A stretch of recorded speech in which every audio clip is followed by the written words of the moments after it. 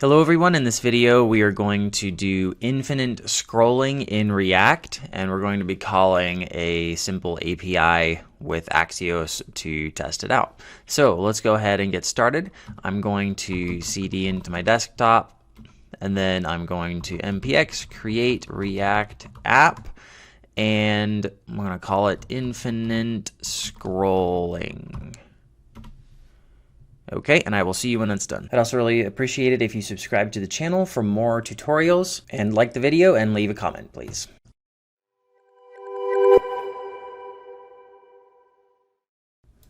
Okay, so it's done creating the basic React app, and we're going to install, well, let's go ahead and scroll or cd into infinite scrolling, or our program, and we're going to npm install Axios. And then you may or may not want UUID, and that just helps for if you're debugging the application. You may end up in a loop where there's tons of records being put into the paginated list, and it helps to just have UUID so you can make it a unique key for everything. So that's up to you. Okay, so now let's open up the project with code dot, and then what we're going to do is we're going to open up our src folder and make a new component, and I'm going to call this, why did that happen? New file, and I'm going to call it infinite scroll.js.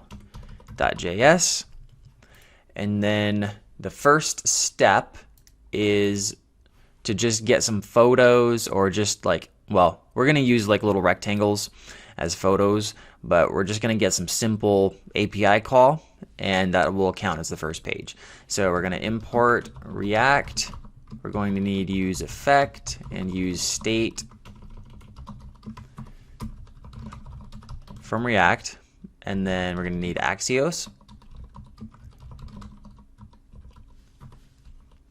and then import v4 as UUID v4 from UUID. And this UUID thing again is just temporary, and it's probably not even necessary. So function, and I'm going to call it infinite scroll, and then we're going to say we're going to be using photos, so we're going to give it some photos, and we're going to give it the option to add more photos.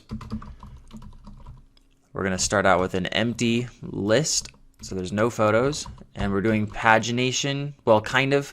So we're going to need a page and a set page. And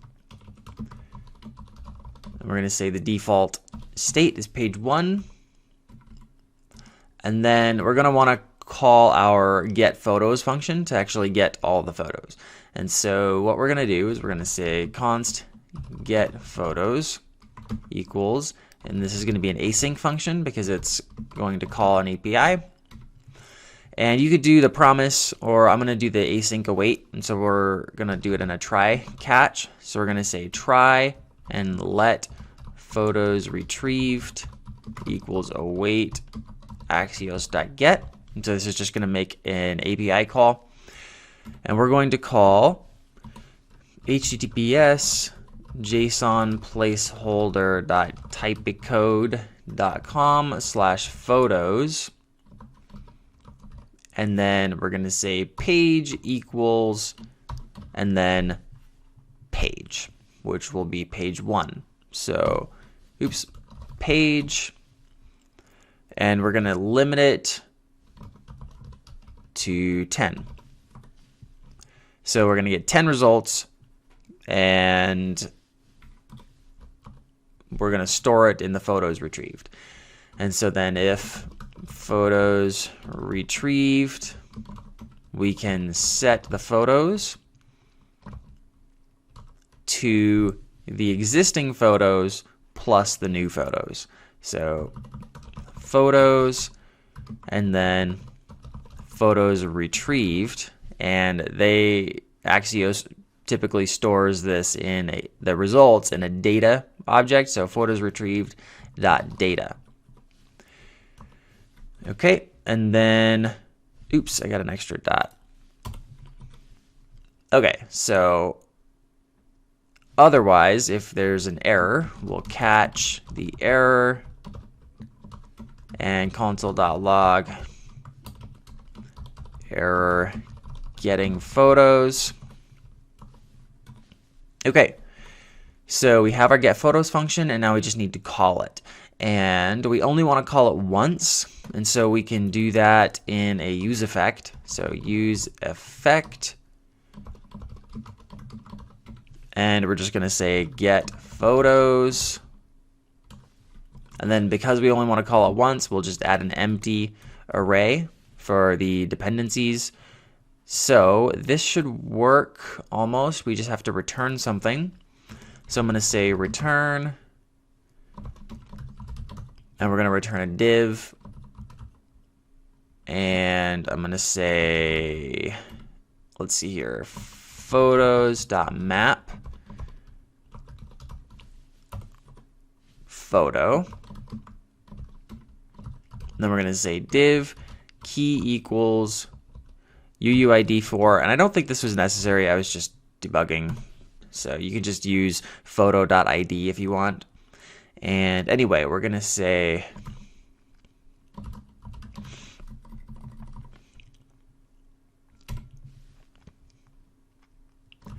h4, so we can list out the ID. So photo.id, and close that bracket. And then we're going to do an image src equals photo.url with a height of, I don't know, 150 pixels and a width of 200 pixels. Doesn't matter. Div, and then we got that. We got the closing. Okay, and so now we just need to export infinite scroll. So export, oops, what is this? Default infinite scroll. Okay, and we're not even using the set page, that's fine. We'll save, and then we need to import that into our app.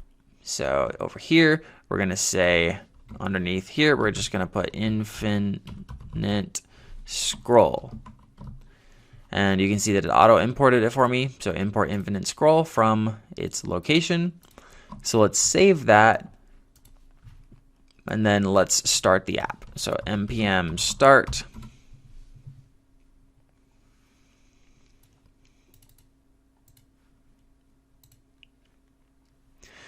Okay, and so here's our app. We have just the basic beginning of the React app, and then we're pulling out 10 photos. So now we want to figure out, how do we get this paginated, and how do we add more photos when the user gets closer to the end of the screen? So what we want to do is put a div at the end of the paginated list, and when the user gets close to it, or when that div is fully visible on the screen, that's when we will call a function to get more photos or get more records. So we're going to create a div down here, and then we're going to do some useRef stuff. But let's go ahead and go back to our code. Go back to the infinite scroll, and then let's make our div. So down here, inside the first most outer div, we'll just say div, and then we're going to give this div a class name of yo hello, just to kind of be able to identify it. And then we'll say ref equals loading ref, and then we're going to give it a style. So we're going to say the height is 100 pixels and the margin is 25 pixels. And then I want to give it a background of violet, just to kind of make it easier to see. And so now we're going to give it a span inside of it. And then we're going to be able to display a loading text or none if it's not loading. So display of loading sorry, that wasn't correct, but okay. So if the loading state is true, then we can display the span. Otherwise, we will display nothing. And so that's just kind of to help say, hey, there's more coming. So you can have that if you want. And we'll go ahead and save. We're going to get some errors because loading is not defined. So let's define loading. So up here, we're going to say const loading set loading equals use state false. And then we'll save that. And then we also need to define loading ref. And so loading ref is basically just to access the DOM and then have that same DOM throughout every re-render. So we can it's kind of like state for the DOM, I guess. So let loading ref equals useRef null. And so this will be null at first, and then it's going to go through the entire process of loading the page, and then loading ref will be set to this element here, and then we will have this loading ref. And so we can say, hopefully this will work, console.log loading ref is loading ref. So let's save that. Oh, and we need to have useRef as well. So useRef, save. Okay, and then now if we inspect console, we get loading ref. Well, if we refresh, loading ref is going to be null at first, and then it's going to be this div with the class that we added of yo hello. So we have our loading ref accessible. So that's good. And now what we want to do is if we scroll down to the bottom of the page, we should be able to see our loading ref. So there it is. So this is our loading ref. I added a background color of violet to make it easier to see. So now when this is completely visible, well, or partially visible, depending on how you want to set it up, that's when we will call the function to get more photos. So let's set that up. And we're going to use what's called an intersection observer. And I'm going to have a separate video on more details of how intersection observer works. So be sure to check that out. And we're just going to go ahead and kind of breeze through that part real quick. So what we want to do is inside of our useEffect, we're going to create this intersection observer. And so we're going to say let options equals an object, and this object is going to have 3 properties on it. One is going to be root, and root is basically the scrollable area. So if you put null, then it's going to be the entire browser window, and if you put something else, that would be like some sort of scroll area. So anyway, we're going to keep it null, and then we're going to say root margin of 0px, and then threshold of 1.0. And so 1.0 means like 100% of the target element that we're watching for or observing will need to be visible in order for the function to be called. So now we have our options object, and we're going to stick it in an intersection observer class or instance. So what we're going to do is we're going to say const observer equals new intersection observer. And we're going to create a function called handle observer.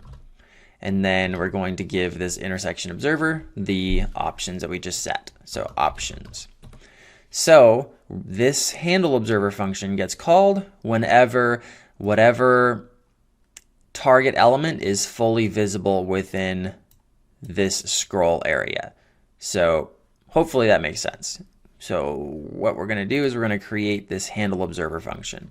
So const handle observer. Actually, yeah, that's fine. So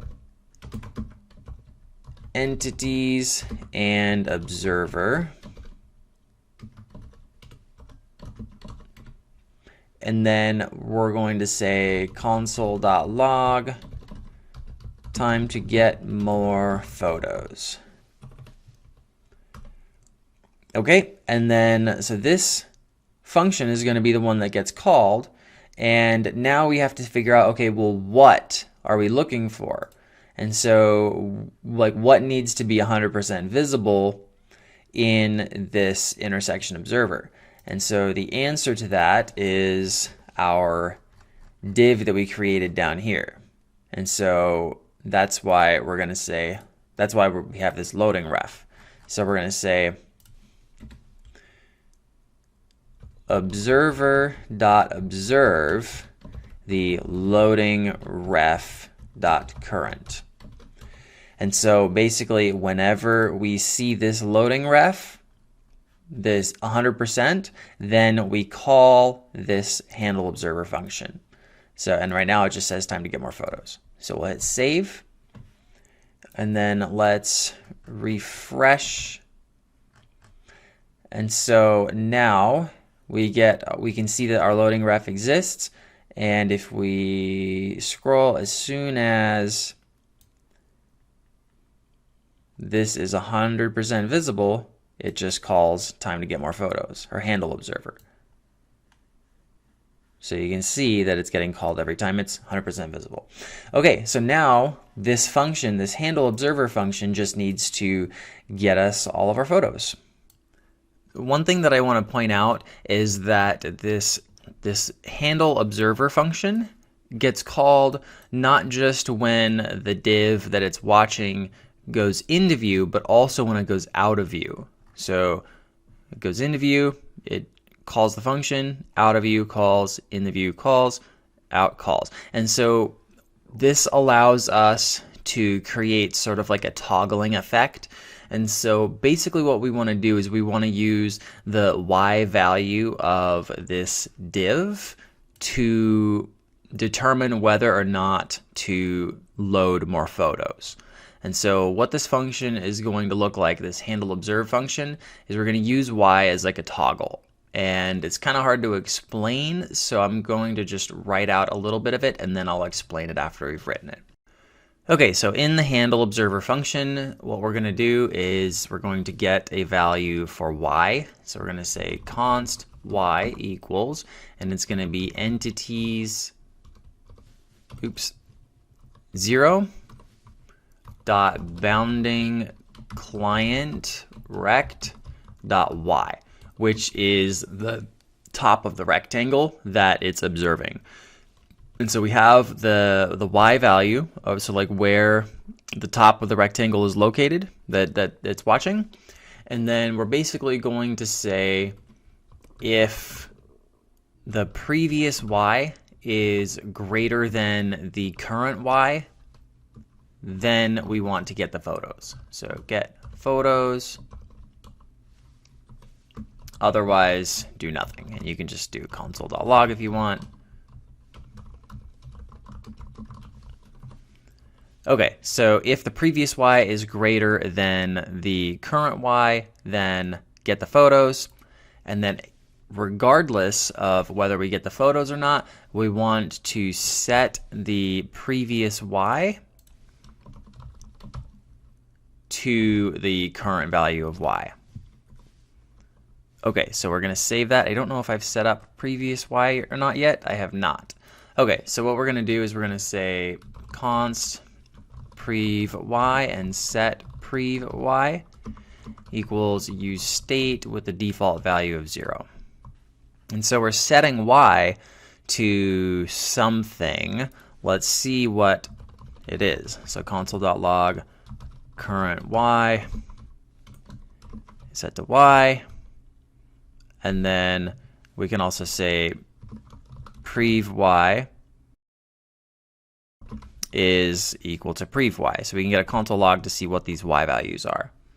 So now let's go over here and refresh the page, and we get prev y is 0, prev y is 0, and then we get this 2616, and again prev y is 0. And so previous y is not being saved. And I'm a little fuzzy on this, so if anyone notices an error, please correct me, but it appears that this intersection observer saves the state that existed when the object was created. And it doesn't get recreated because it's in the useEffect. That doesn't get re-rendered for the lifecycle of the component.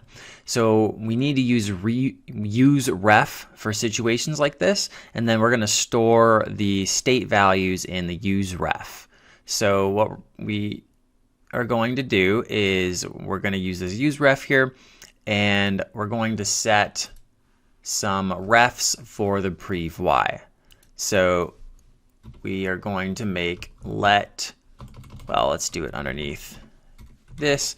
So let prev y ref equals useRef, and you can give it an empty object. And then we need to set the prev y ref to the current state of prev y. So prev y ref dot current equals prev y, because this state object here is valid. It's been updated because the component's been re-rendered. But down here inside this handle observer function, it has not been updated because this handle observer function has already been created and it's been persistent throughout. Hopefully that makes sense. So now what we need to do is we have this prevRef.current equals prev y, and so we can use this prev y ref in our if statement because this prev y ref will have the updated value. So what we're going to do is down here we're just going to say if prev y ref.current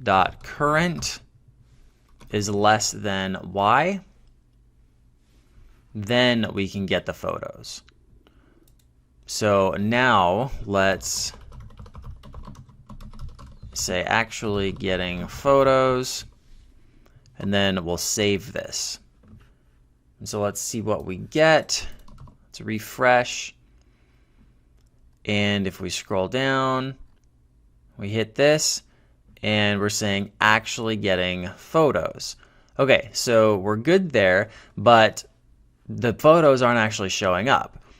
And that's because the handle observer function calls get photos, and then get photos is having the same issue with the photos not being stored or not being saved in the state.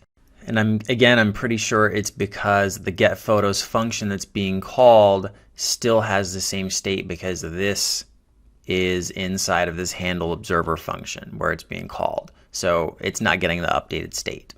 So what we need to do here is we again need to use the refs. So what we're going to do is we're going to create a photos ref. So up here we're going to say let photos ref equals useRef, and then we'll give it an empty object here, and then we can say the photos ref dot current equals the current state of photos, because we are going to update the state and then it will be up to date for a moment, and that'll allow us to put it in the photos ref. So now we're able to get the current photos inside the photos ref.current, and we have to set the updated photos to this photos ref.current plus the new photos. So down here in set photos, instead of photos, it's going to be photos ref.current, and then the photos retrieved data, which is the array of new photos. So that's how we're going to do this. And then let's hit save, and let's refresh, and I hope for the best. So we get all the way down, and it calls the new one, and then now we get more photos. So that's pretty cool. And then you'll also notice I'm not getting a billion errors of these new, because we're reusing the key values, because we're not actually switching the page value yet. So we got to fix that too. But the cool part is that we're almost done. So we are getting infinite scrolling at this point. Okay, so I've written down some notes that I will post in the source code repository on GitHub. But basically what's happening is the handle observer gets called every time the div appears or disappears in the root. So this window is the entire root. So anytime that shows up and disappears, that means it gets called twice. So when you scroll the loading div into the screen, the handle observer gets called. The prev y will be higher than the current y, triggering the getPhotos function inside of the handle observe function. The getPhotos function, retrieving more photos, will push the loading div off the screen, which triggers the handle observe function again. This time, the handle observe function will be called, but it won't run the getPhotos function because the current y is greater than the previous y now. And so finally, when you scroll down again, the process will repeat when the div shows back up on the screen. Hopefully that makes sense. You might have to play around with it a little bit. I had to play around with it quite a bit. So I think the last thing we need to do is change the page when the getPhotos function runs. So what we can do is inside, well, so when we first run the page, when we first show up on the page, it's going to call this function once. So we want to set the page to the next page in the useEffect.